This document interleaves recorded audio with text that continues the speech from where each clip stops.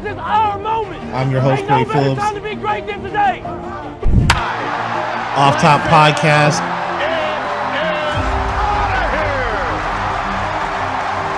It's a play. Bryant for the lead. Yes!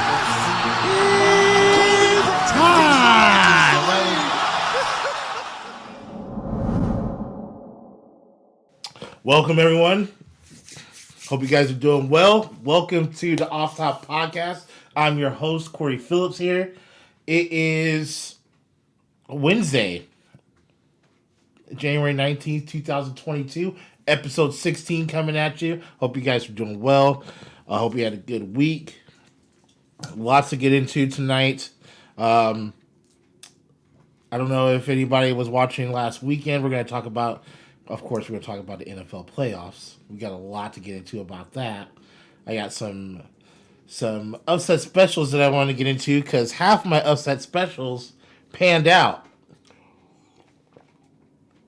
I'll get into that later. We're also going to get into some NFL draft stuff as the draft order is starting to crystallize. As we're finding out on draft order situations and who might get that number one spot, that coveted number one spot. We're going to preview this week's games, of course. You know, it's a divisional round. I want to talk about Wildcard Weekend. You guys can comment, like, subscribe, share the page, please. We're on Instagram, YouTube. I just shared it on Facebook earlier tonight from episode 15. So that's on my Facebook page. You can follow us on Instagram. We got Apple Podcasts. We're all Spotify. We're all over the place. So like, subscribe, and share the page. We're also going to talk about, I went and saw Scream this past weekend. Talk about that. Book of Boba Fett. Episode 4 was last night. We'll get into all that. Right now, we got some NBA stuff going on. Clippers and Nuggets going on right now. It's in the third quarter, about 4 minutes left. Nuggets and Clippers tied at 72. We'll be peeping into that as I get score updates. Lakers are on. My Lakers are on right now. They're up 56-50 at halftime over the Indiana Pacers. We'll talk about that. UFC this weekend. A lot going on as this month of January is starting to come to a close. This month went kind of fast. Very fast. So we're going to get into that. NFL Wildcard Weekend. I want to get you guys' thoughts on the weekend as a whole. What did you think of the games? Did your team advance, make it to the divisional round? Mine did. Must be nice. I mean, Carson on the camera right now. He's a little upset. We're gonna get into that in just a second. We'll see how my picks turned out because I think I did pretty well. I mean, day one on Saturday, it was the Raiders and the Bengals. I kind of saw that coming. It was a blowout. Well, it wasn't really a blowout. Even though the score looked kind of lopsided, the Raiders kept it close for about 3.5 quarters. But the Bengals with the victory on Saturday, game 2. My upset pick that was not even close on the other direction. It was a massacre. Buffalo handling business. Just destroying the Patriots. Like, Patriots had no... It was almost like the Patriots had no business being in that game. And then day 2, which was Sunday, there was 3 games on Sunday. And, you know, first game, again, it was a lopsided score. The Eagles they just looked undermanned. And just look pedestrian against Tom Brady and the Patriots. I mean, defending champs. Kind of saw that coming. But then, the game of the weekend, the game of the day, and then that, the Cowboys, upset special, losing to the San Francisco 49ers. Now, We can skip this segment. no, we can't skip this segment. I can't do it.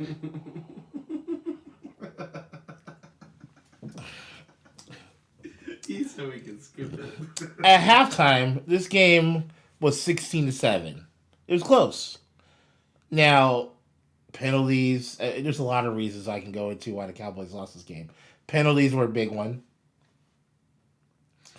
Ezekiel Elliott looks like a shell of himself.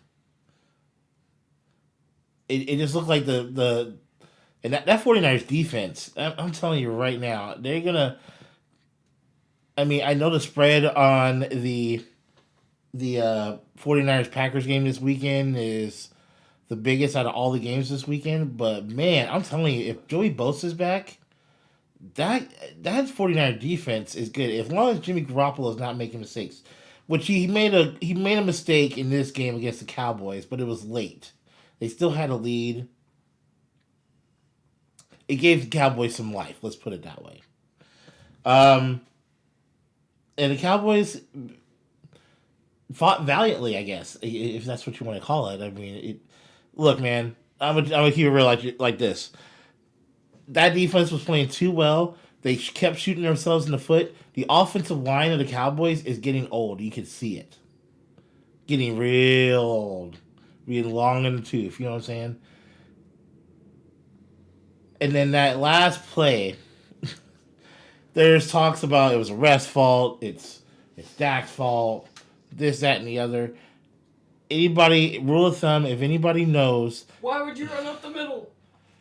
Well, it's not even about that. Why did you give the ball to the center, not the ref? You're supposed to give it to... Exactly. You're supposed to give... Every time, the ref has to have that ball in his hands before anything can happen. You give it to the center. That is your own fault. You should know that. As a leader of that team and as a quarterback, you should know that ref is supposed to have that ball first. But I go a little bit deeper. Why were the Cowboys trailing in the first place? Again, no type of running game to speak of. Only scored 7 points in the first half. You're shooting yourselves in the foot. How many penalties was it? 15 penalties? Where was Tony Pollard? I mean, I hate to say I told you so, but I mean, we've lived through this since the Tony Romo era. I mean, this is the trademark of the Dallas Cowboys. They'll do good. They'll make the playoffs, but the Cowboy fans get hyped because they do good in the regular season, and then when push comes to shove, it's a wrap, and the Cowboys are going home. They'll be watching the playoffs with the rest of us. The final game, Chiefs Steelers. Yeah, it was 27-0 at halftime. It was done at halftime. We knew that. And then Monday, the finale of Wildcard Weekend, as we saw the Rams just outman and just bully the Arizona Cardinals. Which Matt Stafford looked great. He's got a toe injury. They're saying he's questionable for this weekend. He says he's going to be fine. Sony Michel and having Cam Akers back in that lineup is making a difference with this squad. I'm telling you right now. I think even though the Buccaneers are favored this weekend, I think the Rams are going to give them a run for their money. Hey, you know what? The hell with that. Rams all the way. Going to the Super Bowl. Let's go. But the Rams, the Tampa Bay Buccaneers are favored by 3. Going into this weekend, we got 2 games on Saturday, 2 games on Sunday. Bengals Titans. That's the 1:30. That's the 1:30 game. I believe that's the Eastern time game from what I've been looking at here. Oh no, that's Pacific. 1:30 Pacific. Bengals Titans. Your Saturday night game is 49ers Packers from Lambeau. That's at 5:15. Then on Sunday, 12 p.m. on NBC, Rams Buccaneers from Tampa, Florida. And then your 3:30 game is Bills Chiefs. A lot of intriguing games here, which every game except for the Packers 49ers game has a spread of 3 points or less. Or 3.5 points. Bengals Titans are favored by 3.5. The Packers 49ers game, Packers are favored by 6. And that's really not a lot if you're thinking about it. Rams, Buccaneers, that should be a pick'em game, but the Buccaneers get the home field advantage, so they're favored by 3.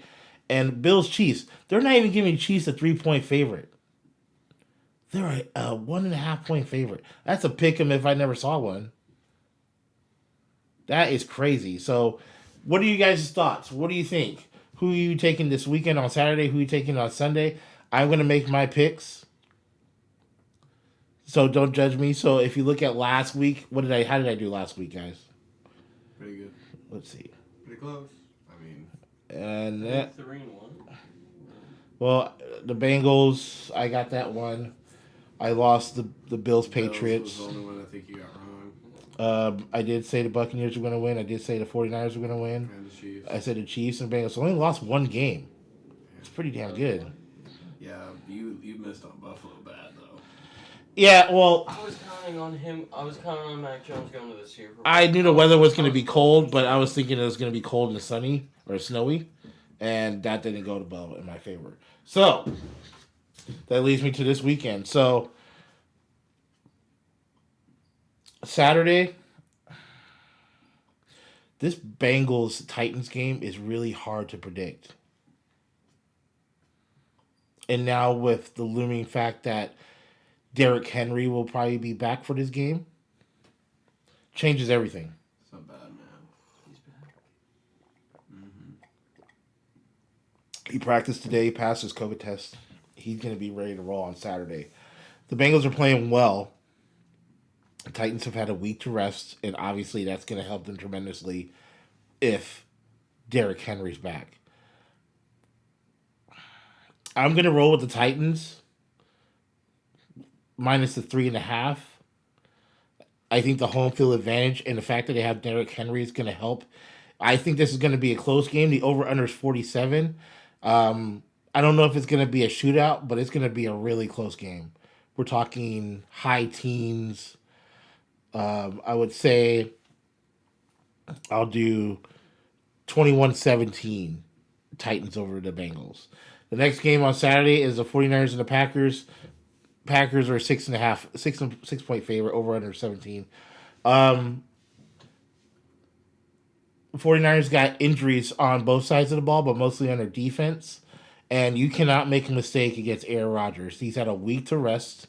He's had that. Actually, it took 2 weeks because he was out. He was out week 18 to rest his toe. So Aaron Rodgers has had 2 weeks rest. And along with most of the starters, Devontae Adams, Aaron Jones, the whole crew. And they're at home. So I'm rolling with the Packers minus a 6.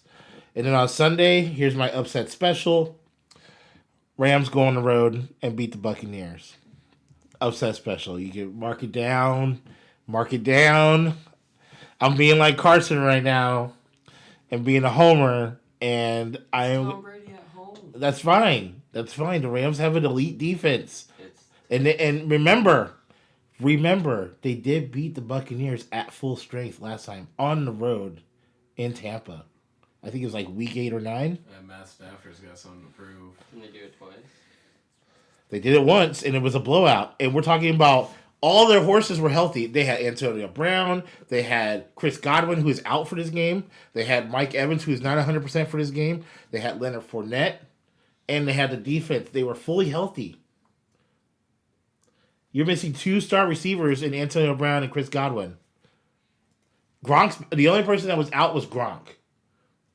But Gronk is back for this game. So he'll be a little bit of a determining factor. But I'm still rolling with the over-under is 48.5. He didn't do much this last game, though. Who, Gronk? Yeah. Because he's still hurt. I'm still taking the Rams plus the 3 points. I'm going with the Rams all the way. And then finally, the Bills and the Chiefs. Now, a question was asked to me earlier today.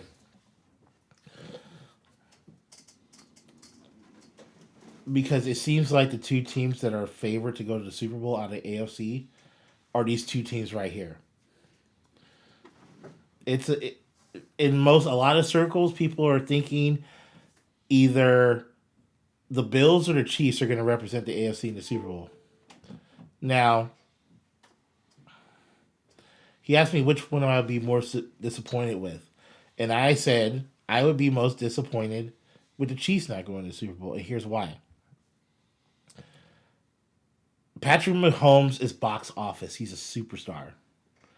That squad with Travis Kelce and Tyreek Hill, the cheetah, Tyreek Hill, and they got Edwards-Helaire and just the plethora of superstars in that team. But Patrick Mahomes is at the front of the team.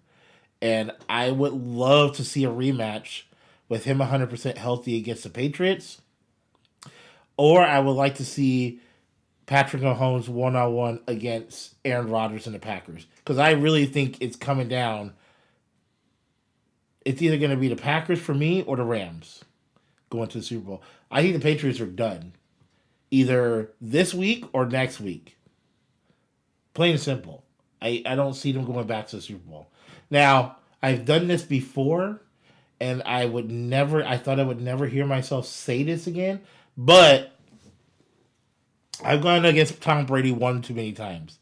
And even though I usually don't bet against Tom Brady, in this case, I think this is too big of a hill for him to climb based on the squad that's currently on the field. Now, I could be wrong, but they were playing an undermanned Eagles team last week. Now you're going against a top 5 defense and a top 5 offense. Let's see how you're going to be able to do with that.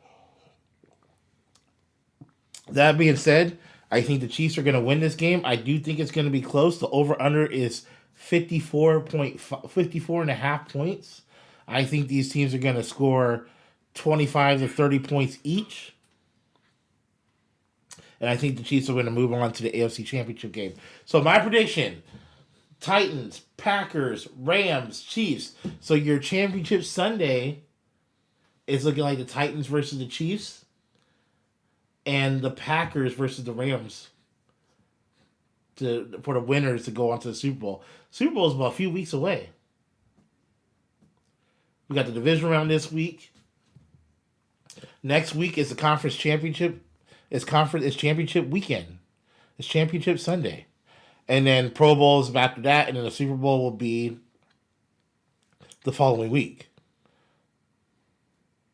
So I'm super excited. This is my favorite time of the year. But you heard it here first. Titans, Packers, Rams, and Chiefs all winning this weekend. Mark it down. Lock it in. Book it. It's on video too, so you're not, it's going to be on video too, so whatever I say is going to go. Now, what I wanted to get into, speaking of Super Bowl weekend, now we can start, we're getting close towards the end of the year, we can start looking forward because the NFL don't stop. The NFL is like an all year round type of thing. And we're going to we're looking toward the future and the NFL draft. Now you're starting to see these mock drafts come out.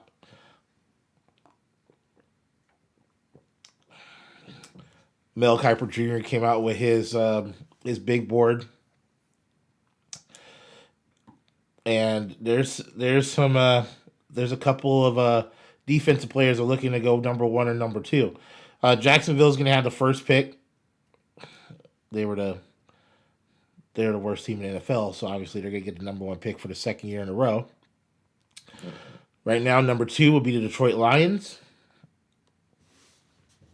Number 3 would be the Houston Texans. They were 4-13. The Lions were 3-13-1. And then the Jacksonville Jaguars were 3-14. New York Jets coming in at number 4. They were 14-13. Along with another 4-13 team, the Giants. They're going to be at number 5. Then number 6 is the Carolina Panthers. They were 5-12 this past season. They got some questions. So if you look at these teams here, Jacksonville, Detroit, Houston, New York, Giants, Carolina, what do these teams have in common that you notice?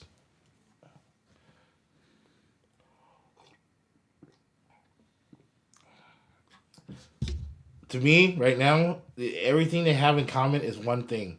It's the bad quarterback play on every single one of these teams.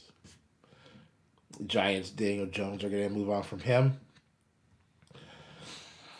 Zach Wilson, he had a terrible year in his rookie year. Third, you look at Houston, they still have issues with Deshaun Watson. You got Davis Mills at the quarterback position.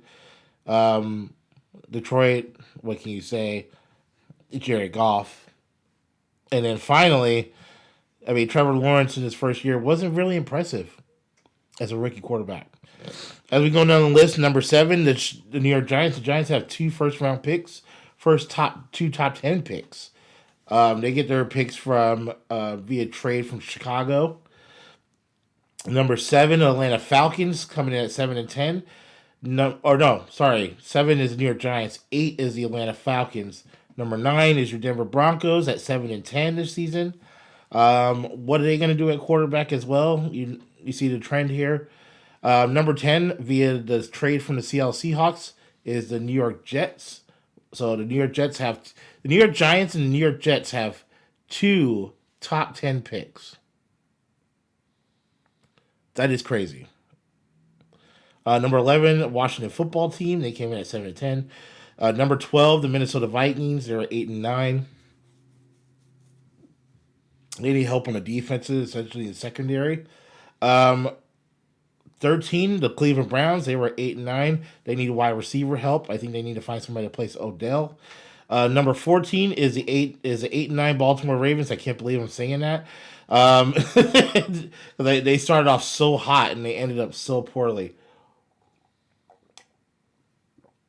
They need help on the defensive front. Calais Campbell could retire. They need help on the defensive line and need help in the secondary. Also think they need to go after a wide receiver because it should be a deep wide receiver class this year. Number 15, via the trade from Miami, is the Philadelphia Eagles. We'll see what happens because there's a lot of rumors with the Philadelphia Eagles up in the air. They might be in a mix for Russell Wilson. They might be in a mix for Deshaun Watson. You got Jalen Hurts here. So the Philadelphia Eagles have 2 picks back-to-back. They are 15th and the 16th picks because they had trades from via the Miami Dolphins and the Indianapolis Colts. So they got 2 picks, 15 and 16. Number 17 is the LA Chargers. They need to find somebody to complement Joey Bosa on a defense. I think that's what they should key on. They're locked and loaded on running back and wide receiver, as far as I'm concerned. I think the defense and the offensive line needs a little bit of help. New Orleans Saints coming in at number 18. Do you draft another quarterback with Jameis Winston still there? He's coming off that ACL injury, so you might need to think about that. Number 19 is, again, the Philadelphia Eagles. The Philadelphia Eagles have 3 first-round picks. 3. Number 20, the Pittsburgh Steelers. How are you going to maneuver? They need help on the D-line in Pittsburgh. But then you got to start thinking of quarterback because, Ben Roethlisberger hasn't announced that he's retiring, but you still have Dwayne Haskins and Kyle Rudolph waiting in the wings. So do you draft another quarterback? Do you go after one on free agency? Or do you let those 2 battle it out for the quarterback spot? That's questions to be answered. Number 21 is New England Patriots. They need help in the secondary, as far as I'm concerned. And on the defensive line, they're always looking to bolster their defensive line. Number 22, the Las Vegas Raiders. They need serious help at the wide receiver position for sure. And on the offensive line, coming in at 23 is going to be the Arizona Cardinals. They need help at, they don't necessarily need help at running back. I think they need a solid tight end, maybe a true number 2 or number 3 receiver. And I think they need to bolster their linebacking core a little bit because J.J. Watt's getting a little old at the 2. So, and then coming in at 24 is the Dallas Cowboys. And what can you say? I think their main focus needs to be the offensive line. The offensive line needs some help. Like I said, They need to resign some of their free agents, especially at the wide receiver position. CD Lamb and Tavon Diggs and Parsons are key elements to this group. I think you need something to complement Micah Parsons, or you put somebody on the defensive line. But I think the O-line is their biggest issue right now as far as personnel goes. So it will be interesting to see what they do, or maybe trade up in the draft to get somebody. So there you go. Those are your top 24 picks. Like I said, the Giants, the Jets, and the Eagles have multiple first-round picks due to trades. So it'll be very interesting what they be looking like and what they go for. So we'll talk about that in coming shows on draft order, who's looking good. Combine will be around the corner too, and we'll be talking about that as we look forward to the future. Got UFC this weekend. UFC 270. Namayu and Gagne for the unified heavyweight title. That's the main event. I mean, you have your interim champion and the guy who said he is the reigning champ. So that's a big pay-per-view this Saturday at 7 o'clock. There's a bunch of other matches as well on the main card, but that's the one match we're looking at. Royal Rumble is next weekend. So all my WWE fans out there, Royal Rumble is probably one of the biggest events of the year. It's one of the first events of the year, and it's one of the biggest events that WWE has to offer. And everybody likes the Royal Rumble. No doubt about that. Now, I went and saw Scream over the weekend. And I don't know if you know this or anybody else has been watching, Scream eclipsed Spider-Man No Way Home as the top movie of the weekend. It grossed just on the 3-day weekend, and it was a holiday weekend because you had Martin Luther King Day on Monday. But over the weekend, Scream made $30.5 million in the box office, which is the highest grossing weekend since Spider-Man came out. Add another 4.5, 5 on Monday because of the holiday. I went on Sunday night to kids. Excuse me. Yeah, and they're like, "Oh, your daughter wanted to go see that." I was like, "It's her idea." I mean, I wanted to watch it too, but it was her idea. When she saw the commercial, she wanted to see. And not to give anything away, but this movie was fun. Wasn't the greatest movie I've seen, but it wasn't a corny slasher movie. Like the first Scream was good, and then when you start seeing the sequels, because they've done 5 of them, I mean, they started to get a little cheesy and corny, right? But I went and saw this movie, and I was surprised at how into it I was. The storyline was good. They mixed in some old with some new. And the kill scenes are very bloody. Like I was reading the review embargoes from last week, a lot of people said the movie was bloody, it was fun, kept you on the edge of your seat, and it did. I had a good time seeing it. Some of the kill scenes that were predictable and stuff, but there were some really good kill scenes in this movie. I think it's worth going to see. I had a great time. Kids had a great time too, even though it's rated R. But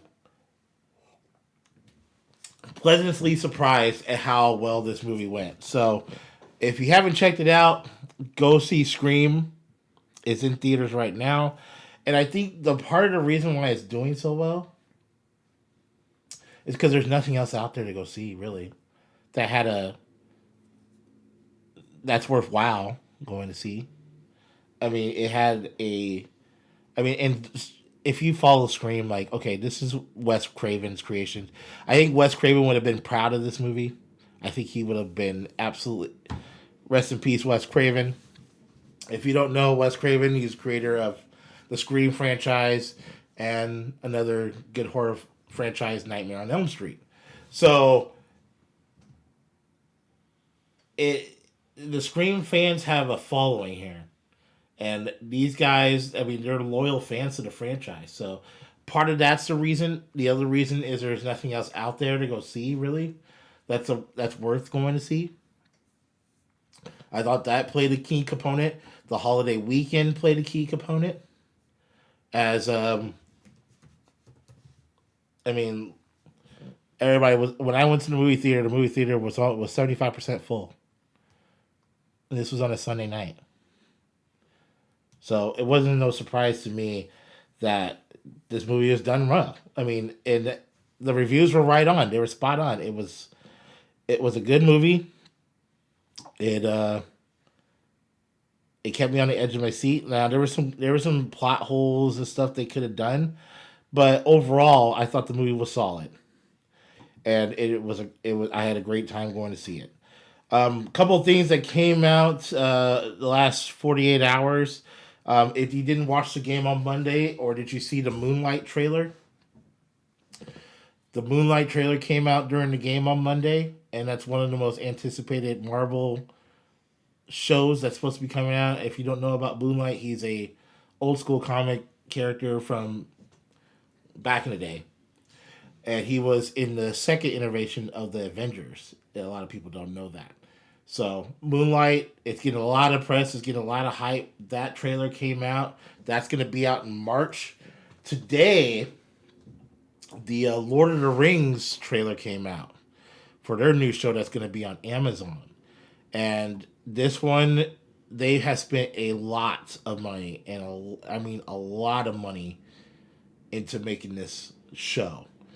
And it's getting a lot of hype. So much hype on this show. I'm super excited to go see it. Or not see it, but to watch it at home. But the trailer came out. They didn't show any characters or anything like that. They kind of just did your usual Lord of the Rings type of stuff. But it got me excited. So I saw that trailer today, and I was really pumped up about it. So that trailer's out. If you haven't seen it, go check it out. It's on Amazon. The next movie I'm probably going to go see is probably Jackass Forever. Yes. That's probably the next movie on my list. That movie comes out February 4th. Now, there's not a lot of people that follow Jackass or anything like that. I mean, I grew up watching Jackass, so, I mean, and the trailers for this thing look so funny. So I'm really excited for that. That movie doesn't come out for another couple weeks. So some of the other movies that I'm anticipating, Moonfall comes out February 4th as well. There's not really much in February except for Uncharted comes out this next month. I've been waiting for that as well. But those are the movies on the list right now. They moved Morbius back, so we don't get to see Morbius until April 1st, sorry. So, but there's still some good flicks coming out. Uncharted is going to be out February. What was the other one I was anticipating? Death on the Nile. I'm not really too excited about it, but Gail Gadot is in that movie, so she's beautiful, so I'll be interested to see how she is. But Jackass Forever, Moonfall, and Uncharted, all on my list for February movies. Now, Boba Fett. Book of Boba Fett, episode 4. Out of the 4 episodes that have come on the show, and full disclosure here, I have been a little disappointed in the series. I'm just going to put that out there right now. I thought the first episode was a little bit of fan service. It wasn't the best episode, but I was like, it's episode 1. Episode 2 was a good upgrade on episode 2. Episode 3 was kind of, it was a little better. Here's the problem with Book of Boba Fett right now. I think Book of Boba Fett is trying to. It's hard to explain, but I think they're trying to mash together. Let me go back. Boba Fett is a character in Star Wars that his appeal, because in Star Wars he really didn't do anything, right? But he was one of the antagonists of why he was one of the people that was able to track down Han Solo, like the Han Solo. So in the old school Star Wars movies, Boba Fett was kind of a badass. He was. In this series, it's almost like they're making him looking kind of soft. Like there's a scene in this episode, not to give too much away, but I'm like he's in the kitchen and he's getting attacked by kitchen robots, and he's trying to chase one down. And I'm just like, what is going on here? So this episode here, it started off kind of trash, and we kind of knew. If you haven't seen it, watch it. But we kind of knew what he was going after, not to give anything away. And it started off kind of weak, but then they finished strong on the episode. So this episode it started off kind of slow, kind of weak. It finished strong. And it turned out to be decent. Now, there's like 3 or 4 more episodes of this thing. So I'm hoping that it's building in, but based on where they left it last night, they're building it to be something better. So, but I would have to put it as a tie for the best episode out of the 4 between this one and episode 2. But next week, we'll see what episode 5 brings, because, I mean, I said the same thing about after episode 2, and episode 3 was kind of, you know what I'm saying? So, that's all next week. So, next week, we're going to be talking about more NFL draft stuff. Who's going to be coming out that should be looking for? It's a lot. This draft class this year coming out, it's a lot of defensive players. Who's Corey's number 1 pick? I don't know who my number 1 pick is yet. I would have to do a serious mock draft. You gotta wait till the guys announce too.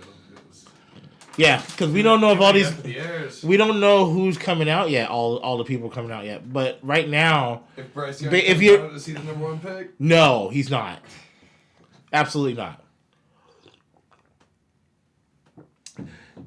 Let me tell you something about Bryce Young right now. He's like a skinnier version of Kyler Murray, with less arm. Yeah. He's still He's still tiny. He's going to have to look over some big offensive line in front of him. That's the problem with Russell Wilson and Kyler Murray right now. Undersized quarterbacks. Russell Wilson doesn't even use his feet anymore. He just holds on to the ball way too long. So, if Bryce Young were to come out, what team is going to serve his skill set the best? And what team would he go for? What team would need him? The Dolphins. No, because they're in love with Tua. That's why home dude he got fired. Because he wasn't. He wanted to get rid of him, and ownership loved Tua, so they had to make a choice, and they chose to fire their head coach. And now they're looking for one. Now Brian Flores is going to get a job somewhere else. He's got an interview with Chicago.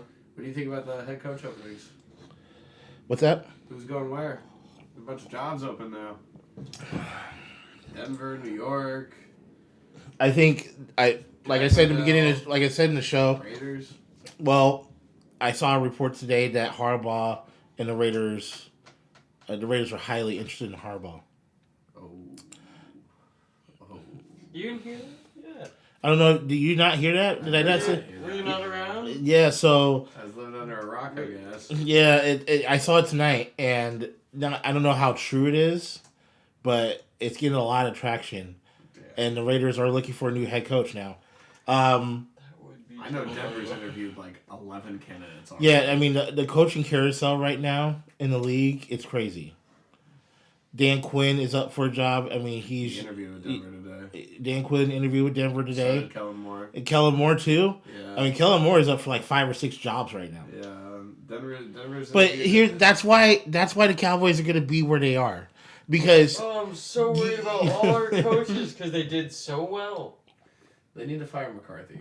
it's McCarthy. No, because I don't think so. McCarthy doesn't run shit. He just does what... It's If Jerry Jones upstairs. if Jerry Jones can, goddamn Jerry. whatever he wants, he'll tell Mike McCarthy to do. That's what he wants to do. I know. That's why they loved him. That's why Dan Quinn was like the lead coach in that team this past year. It wasn't McCarthy. Well, Kellen Moore calls. Kellen Moore is calling offense. stupid plays and shit in their playoff game. Like, no, stick to your guns and stick what you've been doing all season. No, he didn't do that. He wanted to be. He wanted to boast in himself so he can have a better shot at getting a head coaching job somewhere else. He'll get it. I hope But Brian Flores is a good one. I mean, I'm telling you, Brian Flores and the Dolphins had winning records for the last 2 seasons. He was fired because he wanted to get rid of Tua. Yeah. He didn't think he was a solid quarterback. Now, you stick Brian Flores in Chicago, obviously they need some help. Both sides of the ball, they've had a ton of injuries. But I think they need another wide receiver, maybe help the offensive line a little bit. Who I do mean, you you think got... the Broncos should get? What? Who do you think the Broncos should get? Because I don't know. He needs to sip after that. I don't blame him. So I mean, I honestly don't know what's a good fit for him. I mean... team's about to get sold Well... to either Elway or Peyton Manning. Just trash the team. You know what? Okay, I have one. And this is a coach that most people should be looking at, but I only think a few teams would have a shot to get him, and there's a couple of teams that I think he would fit well in. Everybody's forgetting about Doug Peterson.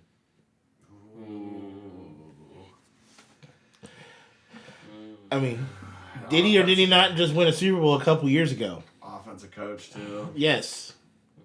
Quarterback. That's why I think Chicago's a good fit. Not so much Minnesota, but Minnesota would be. I think you mean.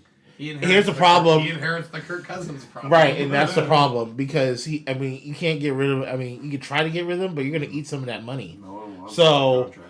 Yeah, that's a huge contract you would have to eat up. But you have the defense. The defense is talented. The offensive line is good. You have one of the best running backs in the game, and you have a legit wide receiving core that's really good.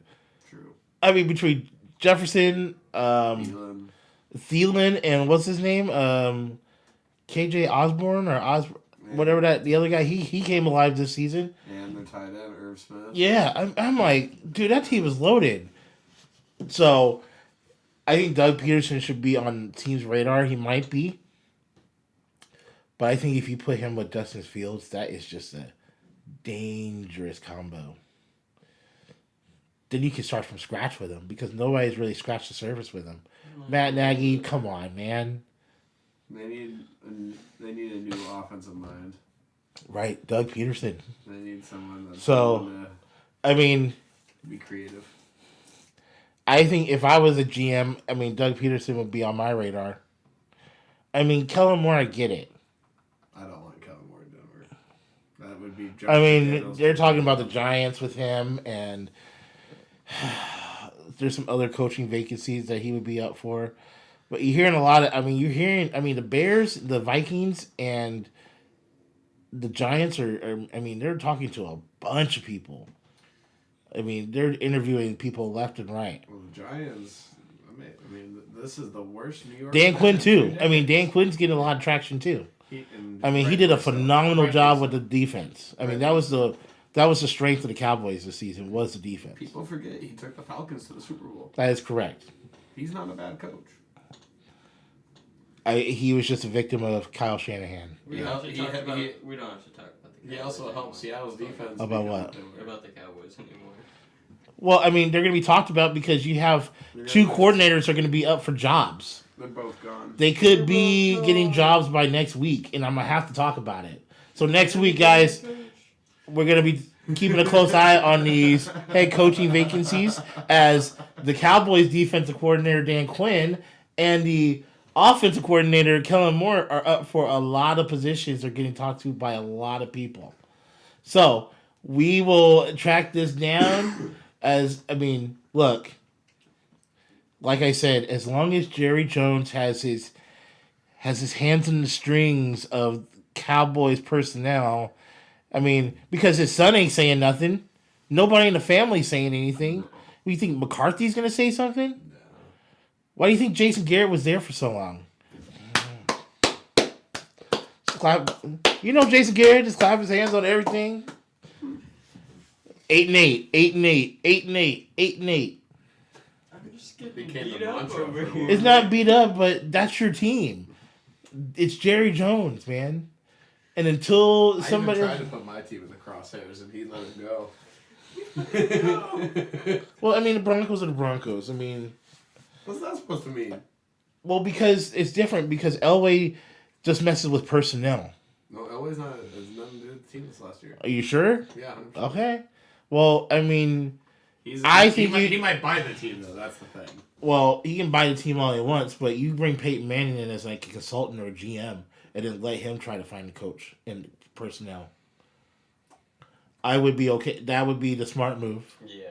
Peyton Manning, what is he doing? He wants to get. You can see it when you see that simulcast on Monday Night Football. Well, he wants to get back into it at some capacity. So, what other place in that besides the Colts he's going to go? He's going to go to Broncos. You think you should make him the head scout? No, not even a scout. You put him as a executive VP. Okay. Of player personnel, or you put him as a GM. You need him in the front office. That is going to lure more coaches when we come there. Free agents. And draftees. Right. And you can even get his advice on what type of players that we need to make this team successful. What are we missing? What are the holes? Especially on the offense. What's a quarterback that's coming out in the future that we should have our eyes on? You see what I'm saying? Peyton Manning is one of the top 3 or 4, he's a top 5 quarterback of all time. Wouldn't you say? Top 3. He's got 2 rings. A ridiculous amount of yards. The only person that's probably passed him, Brady's still playing. So he's not gonna. So it makes total sense to bring Peyton Manning on, but I don't even know if they've even made an offer or done anything about that yet. Well, that's the thing. Him and Elway are both vying to buy the team. As far as Elway goes, it hasn't worked the last few years. Let's be honest. He hasn't had a position with the team for 2 years though. Come on, man. He's got some kind of influence. No, that's why they hired George Payton. He stepped away. So when did Elway step away? 2 years ago, after 19. Oh, so the damage was already done. Oh, yeah. He's already he already laid the foundation for. The fact But he also won us the Super Bowl as the GM. Well, that was years ago. Not that long ago. How long ago was it when Peyton Manning was still playing? 7 years ago. That was 7 years ago. You were talking about that like decades ago. No, but what have you done for me lately? I get it. Nobody remembers that shit after a while. But the man's got to. If he buys the team, he's not going to be the GM. Well, let's hope not. No, he wouldn't. Because you see what Jerry Jones is doing. It's not going to happen. And they haven't been to a Super Bowl since '95. It's not going to happen in Denver. '95. He's not going to buy the team to become the GM. Knowing LA, he'll probably buy the team and hire. That's what Jerry Jones does. We are not the Cowboys. Well, why does it always have to get turned back to the damn Cowboys? Because Jerry Jones fucked because they're.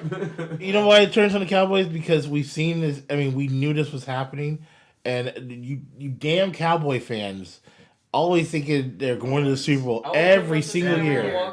Every year. It happens all the time. Anyway, next week we'll talk some more trash about the Cowboys as as the season rolls along because something's going to be in the news that involves the Cowboys. It happens every year in the offseason. I mean, today, all you heard about was Dak Prescott and him apologizing about what he said about the fans. And then, is Mike McCarthy going to get fired? That's what I heard this morning.